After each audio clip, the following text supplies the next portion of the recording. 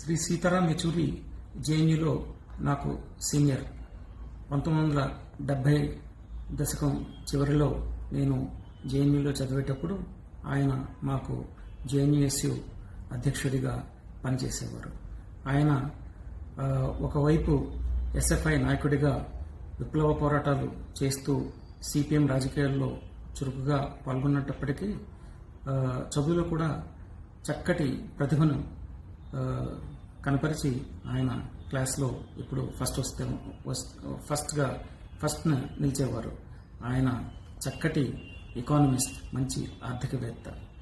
JNU elections మిగిలిన యూనివర్సిటీల ఎలక్షన్ల కంటే భిన్నంగా ఉండేవి. అక్కడ ఎప్పుడు అట్మాస్ఫియర్ అంతా కూడా ఇంటలెక్చువల్ డిబేట్స్తో ఉండేదన్నమాట. రాత్రంతా ఎన్నికలకు ముందు డిబేట్స్ జరిగేవి.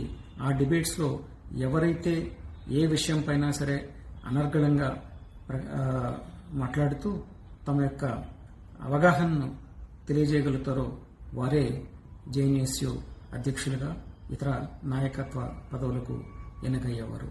ఈ డిబేట్స్లో సీతారాం యెచూరి ఎప్పుడూ కూడా అగ్ర స్థానంలో నిలుస్తూ ఆయన ఎన్నికల్లో ప్రెసిడెంట్గా ఎన్నికయ్యేవారు. మేము ఆయనను చాలా ప్రేమతో సీత అని పిలిచేవాళ్ళము. పుట్టింది ఒక ఉన్నత కుటుంబంలో అయినప్పటికీ ఇప్పుడు కూడా ఆయన పేద ప్రజల గురించే, వారి సమస్యల గురించే పోరాడుతూ తన జీవితం మొత్తాన్ని వారి సమస్యల పరిష్కారానికే అంకితం చేశారు. అటువంటి వ్యక్తి మరణం ఈ దేశానికి తీరని లోటు. లాల్ సలాం తుహిన్.